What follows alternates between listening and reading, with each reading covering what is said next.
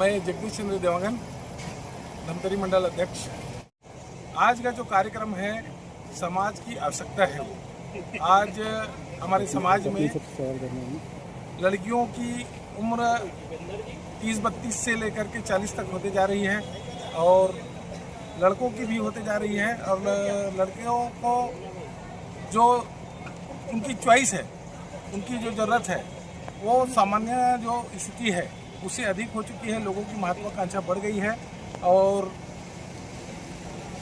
उस महत्वाकांक्षा के कारण रिश्ता हो नहीं पा रहा है। लोगों के पास समय नहीं है तो रिश्ते के लिए जा नहीं पा रहे हैं कहीं पर। तो एक मंच हम लोगों ने प्रदान करने का प्रयास किया, जहां पर युवक युवती, विधवा विधुर और परित्यक्ता उनके पालक के साथ में उपस्थित हुए और एक दूसरे से अपने जीवन साथी के लिए चुनाव करें, ऐसी व्यवस्था का प्रयास हमने किया है धमतरी मंडल देवांगन समाज की ओर से। अध्यक्ष महोदय जी, आपने यह कार्यक्रम आयोजित किया, बहुत अच्छे लगा। लेकिन ये है कि आपको बहुत एक्सपीरियंस भी है, लेकिन अभी के समय में बहुत सारे रिश्ते जुड़ते हैं और उसके बाद बहुत जल्दी टूट भी जाते हैं। तो ये भावनात्मक दृष्टिकोण कौन सा रखना चाहिए जिससे जो रिश्ता बने वो बहुत शानदार हो और पूरा धर्म अर्थ काम मोक्ष तक पूरा ये जीवन सुखमय हो? एकदम सही सवाल आपने पूछा है। देखिए, आज रिश्ता टूटने की सबसे बड़ी वजह है महत्वाकांक्षा बढ़ जाना। विवाह एक समझौता का नाम है। हम एक दूसरे को जब तक समझेंगे नहीं, उनको स्पेस नहीं देंगे, तब तक रिश्ते बनते जाएंगे, टूटते जाएंगे और बिना बने भी टूटते जाएंगे। क्योंकि आज लोगों के पास धैर्य की कमी है। पहले कम उम्र में शादी होती थी तो एक कच्चा घड़ा रहता था, लड़कियों को ऐसा माना जाता था कि कच्चा घड़ा है, वो समय के साथ ढलते थे। आज के समय में परिपक्व होने के बाद शादियां हो रही है और लड़के और लड़कियां दोनों अपने पांव में खड़े हुए हैं तो एक दूसरे की बिल्कुल सुनना नहीं चाहते। ये सबसे बड़ी वजह है। और उसके साथ में लोग संयुक्त परिवार में नहीं रहना चाहते, ये दूसरा कारण है। लोग अपनी अपनी आज़ादी चाहते हैं और उस आज़ादी से बहुत जल्द उब जाते हैं, इसलिए रिश्ते टूट रहे हैं। आप सभी को मेरा सादर प्रणाम। मैं श्रीमती खुशबू देवांगन, महिला अध्यक्ष। आप सभी को ये बताना चाहूँगी कि आज हमारे समाज में युवक युवती परिचय सम्मेलन हुआ है, जो बहुत ही अच्छे से हुआ है और मैं चाहती हूँ कि ऐसा होते रहे, क्योंकि इससे सभी को समाज में आने की एक रुचि होती है और ये सब देख के सभी लोग समाज में आते हैं और मैं चाहूँगी कि ऐसा कार्यक्रम होते ही रहे।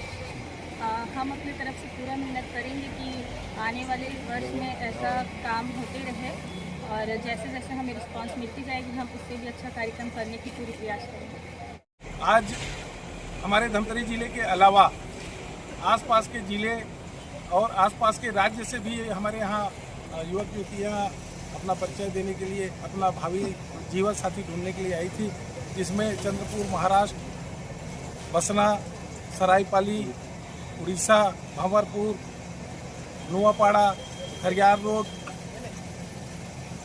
और कटगी, बलौदा बाजार, चंद्रपुर, यहाँ तक के युवक और युवती अपना परिचय देने आए थे। और हमारे यहाँ चाय पानी से लेकर के भोजन की व्यवस्था की गई थी, जिसमें सुचारू रूप से संपन्न हो ऐसी व्यवस्था बनाई गई थी। और कार्यक्रम सुबह 10 बजे से लेकर शाम तक चला, 5 बजे तक। इसमें हम लोगों ने ऑनलाइन पंजीयन का भी व्यवस्था रखा था और ऑफलाइन का भी व्यवस्था रखा था। ऑनलाइन हमारे पास लगभग 75 बायोडाटा आ चुके थे और ऑफलाइन में लगभग 125 बायोडाटा हमारे पास आए। खुशबू देवांगन जी, मैं ये जानना चाह रहा हूँ कि आप एक बेहतर, एक सशक्त नारी हैं, एक देवांगन समाज के लिए, और इस नारी शक्ति को इस परिचय सम्मेलन के द्वारा आप क्या एक संदेश देना चाह रहे हैं? आपके विचार आप व्यक्त कर सकते हैं। मैं सभी लड़कियों से को ये संदेश देना चाहती हूँ कि कमियाँ तो हर किसी में होती है, लेकिन कमी सुधारा जा सकता है।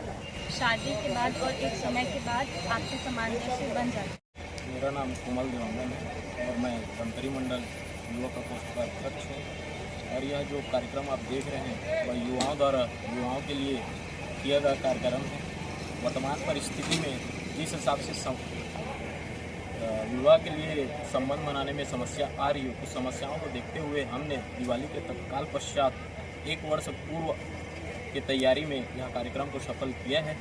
और इसके पश्चात यहाँ जो जोड़ियाँ विवाह के लिए बंधने जाएगी, उसके लिए आगामी फरवरी 2026 में हम लोगों ने आदर्श विवाह का आयोजन किया है। जिस तरह यह विकराल समस्या बन चुकी है कि जोड़ियाँ न बनना, विवाह के लिए लड़कियों और लड़कों का उम्र बढ़ते जाना, उसके लिए दमतरी मंडल पिछले 3 साल से प्रयासरत थी। ये 4था साल है जिसमें हम लोगों ने इतना बड़ा आयोजन को आप सबके सानिध्य में संपन्न किया है। और ऐसे आयोजन आगे भी होते रहेंगे। जो भी कार्यक्रम की कमियां रही उसको लोगों से सुझाव लेकर के उस कमियों को दूर करके आगामी फिर हम ये कार्यक्रम करेंगे। और आज जो जोड़ियाँ या जिनका रिश्ता तय होता है उनके लिए हम आदर्श विवाह प्रस्तावित किए हैं। आपके माध्यम से मैं निवेदन करना चाहूँगा उन सभी को कि आप हमारे आदर्श विवाह में विवाह कीजिए और सामाजिक रीति नीति से तहत संपूर्ण सामाजिक लोगों का आशीर्वाद लेकर के अपने नव जीवन का शुरुआत करिए और नव दाम्पत्य में बंधिए। और इसी के साथ आज जो परिचय दिए हैं उनका जो रिश्ता है अगर तय हो जाता है तो उनका भी, और इसके अलावा बाहर से भी अगर रिश्ता होता है तो उसके लिए भी आदर्श विवाह का योजना हमारे पास प्रस्तावित है आगामी फरवरी माह में। और इसमें मेरा खुद का अपने बेटे का विवाह आदर्श विवाह के रूप में मैं करने जा रहा हूँ आगामी फरवरी के फर्स्ट वीक में, प्रथम सप्ताह में। और मैं लोगों से अपील करता हूँ कि जो इस मंच के माध्यम से जिनका रिश्ता तय हुआ है वो भी आदर्श विवाह करें हमारे साथ में और समाज में एक उदाहरण प्रस्तुत करें, ऐसा मैं अपील करता हूँ। ऐसी मेरी मंशा है और मेरी मंशा के अनुरूप मेरा सहयोग करेंगे लोग, ऐसा मैं उम्मीद रखता हूँ। धन्यवाद। मैं रामचंद्र देवांगन, संगठन सचिव दमतरी मंडल देवांगन समाज। आज जो युवक युवती परिचय सम्मेलन का कार्यक्रम दमतरी मंडल के तत्वाधान में हुआ, शानदार प्रयास, पिछले कई महीनों के लगातार प्रयास से आज ये कार्यक्रम सफल हो पाया है। इस कार्यक्रम में हमने ये प्रयास किया कि युवक युवती जो एक जगह पर नहीं आ पा रहे हैं या समय उम्र बढ़ाते जा रहे हैं, उनको कैसे एक स्थान पर ला के पारिवारिक माहौल देकर उनका जोड़ा बनाया जाए ताकि वो रिश्ते लंबे समय तक चल पाए। आज का समय थोड़े समय के आकर्षण का रिश्ता लेके आगे बढ़ रहे हैं। जितने भी युवक युवती हैं क्षणिक आकर्षण में रिश्ता बना रहे हैं और क्षणिक आकर्षण का जब समापन होता है तो तलाक की स्थिति तक पहुंच जाता है। जिसके लिए हम सबको ज़रूरत है कि हम कैसे पारिवारिक माहौल अपने बच्चों को दें। ज़्यादातर हमारे मनोभाव केवल कमाई की दिशा में रह गए हैं। हम चाहते हैं कि हमारे बेटे भी अच्छे कमाई करें, बेटियाँ भी अच्छे कमाई करें। यदि जब हम केवल कमाई को फोकस करेंगे तो बच्चों का पालन पोषण और जो संस्कार घर में मिलना चाहिए वो कभी भी मिल नहीं सकता है। आज हम इस कार्यक्रम के माध्यम से जो प्रयास किए हैं कि एक अच्छा माहौल मिल सके, मैं ये चाहता हूँ कि समाज इस बात को समझे कि कमाई जरूरी है, लेकिन उस कमाई की ज़रूरत को पूरा करने के लिए माध्यम बहुत सारे हैं। माता अपने बच्चों का प्रथम गुरु होता है। हमने उन माता को ही घर से बाहर काम पे लगा दिया है तो जाहिर सी बात है बच्चों को संस्कार नहीं मिलेंगे और वही जो संस्कार बच्चों को नहीं मिले हैं, जिसका नतीजा है कि माता पिता बुढ़ापे में उन संस्कारहीन के कारणों को भुगतते हैं। यदि युवक युवती परिचय के माध्यम से जितने भी परिवार आज जुड़ पाए हैं और जो नहीं भी जुड़े हैं वो भी आज आपके माध्यम से मेरे इस संदेश को पहुंचाए और समझे उस बात को कि सबसे पहले ज़रूरी है कि हम अपने बच्चों को प्राथमिक संस्कार अपने घरों में दें। और पढ़ाई, लड़की का पढ़ाई हमने बहुत महत्व दिया, पढ़ाई कराइए, कोई आपत्ति नहीं है, लेकिन क्या ये पढ़ाई शादी के बाद नहीं की जा सकती?